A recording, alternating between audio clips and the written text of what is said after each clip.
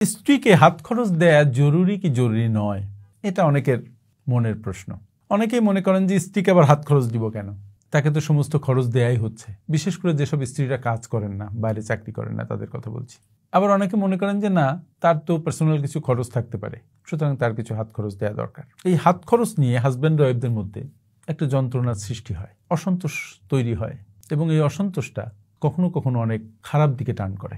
এই যে হাত খরচ, এটা শুধু টাকার বিষয় নয়, এটা কিন্তু ভালোবাসা, বিশ্বাস এবং একটা সম্মানেরও প্রতীক। আজকের ভিডিওতে আমরা আলোচনা করব স্ত্রীকে হাত খরচ দেয়া কেন জরুরি এবং এটি কিভাবে সম্পর্ককে আরো মজবুত করতে পারে সেই বিষয়ে। ছোট্ট ভিডিও, কাইন্ডলি শেষ পর্যন্ত দেখুন।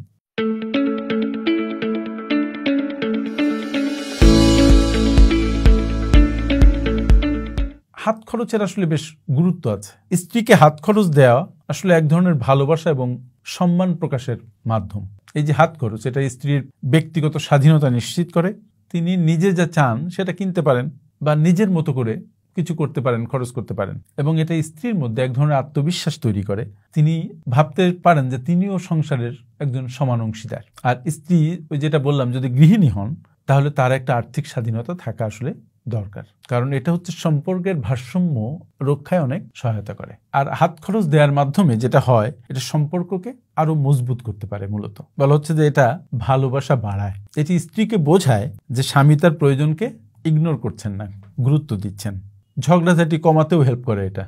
তার মানে আর্থিক বিষয় সংক্রান্ত যে দাম্পত্য কলহগুলো হয়, সেই কলহ অনেকাংশে কমে আসে বা কখনো কখনো পুরোপুরি রিজলভ হয়ে যায়। আর পরস্পরের মধ্যে একটা বিশ্বাস তৈরি হয়। যখন স্ত্রীর আর্থিক স্বাধীনতা থাকে, তখন এই দুজনের সম্পর্কের মধ্যে যে বিশ্বাস, ট্রাস্ট, এটা আরো শক্তিশালী হয়। এখন একটা প্রশ্ন আসতে পারে যে হাত খরচ কত দিবে, যে স্ত্রী চাকরি করে না তাকে তার হাজবেন্ড? এটার উত্তর হচ্ছে যে এটা আসলে নির্ভর করে যে পরিবারের আয় কেমন, ব্যয় কেমন, রিকোয়ারমেন্ট কেমন, তার উপরে। আয়ের একটা হিসাব করুন যে কোন কোন খাত থেকে কত টাকা আয় হয়। ব্যয়ের একটা হিসাব করুন যে কোন কোন খাতে কি পরিমাণ ব্যয় হয়। তারপরে ব্যয় মেটানোর পরে যদি আপনার হাতে সঞ্চয় থাকে, সঞ্চয়ের একটা পার্ট আপনার স্ত্রীকে দিতে পারেন। আবার এমনটাও হতে পারে যে না, যা আয় হোক না কেন একটা ছোট অংশ তাকে দিলেন। আবার এমন হতে পারে যে আপনি প্রত্যেক দিন তাকে কিছু কিছু টাকা দিলেন, অথবা সপ্তাহে কিছু টাকা দিলেন। এই টাকা দিয়ে আবার হিসাব করা যাবে না যে সে এই টাকাটা কিভাবে খরচ করলো। আর মজার ব্যাপারটা হচ্ছে যে শুধু টাকা দেয়া কিন্তু নয়, তার প্রত্যেকটা প্রয়োজনের প্রতি যত্নশীল হওয়াটা খুব দরকার। এখানে আন্তরিকতা খুব বড় একটা ফ্যাক্টর। গ্র্যান্টেড কোনো কিছু ধরে নেওয়াটাই হচ্ছে ঝামেলা।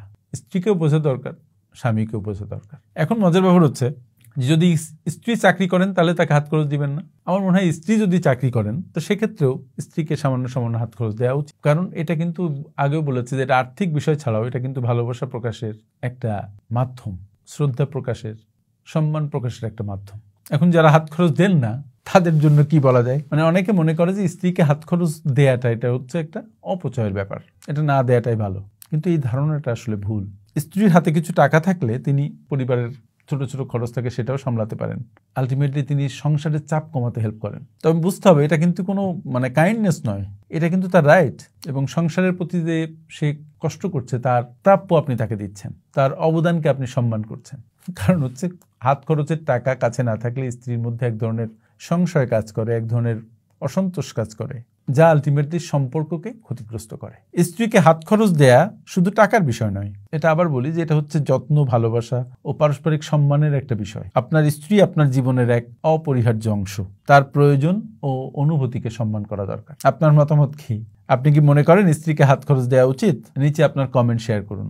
আর ভিডিওটি ভালো লাগলে লাইক দিন, শেয়ার করুন এবং আমাদের চ্যানেলটিকে সাবস্ক্রাইব করতে ভুলবেন না। আবার দেখা হবে নতুন কোনো ভিডিওতে। Thank you.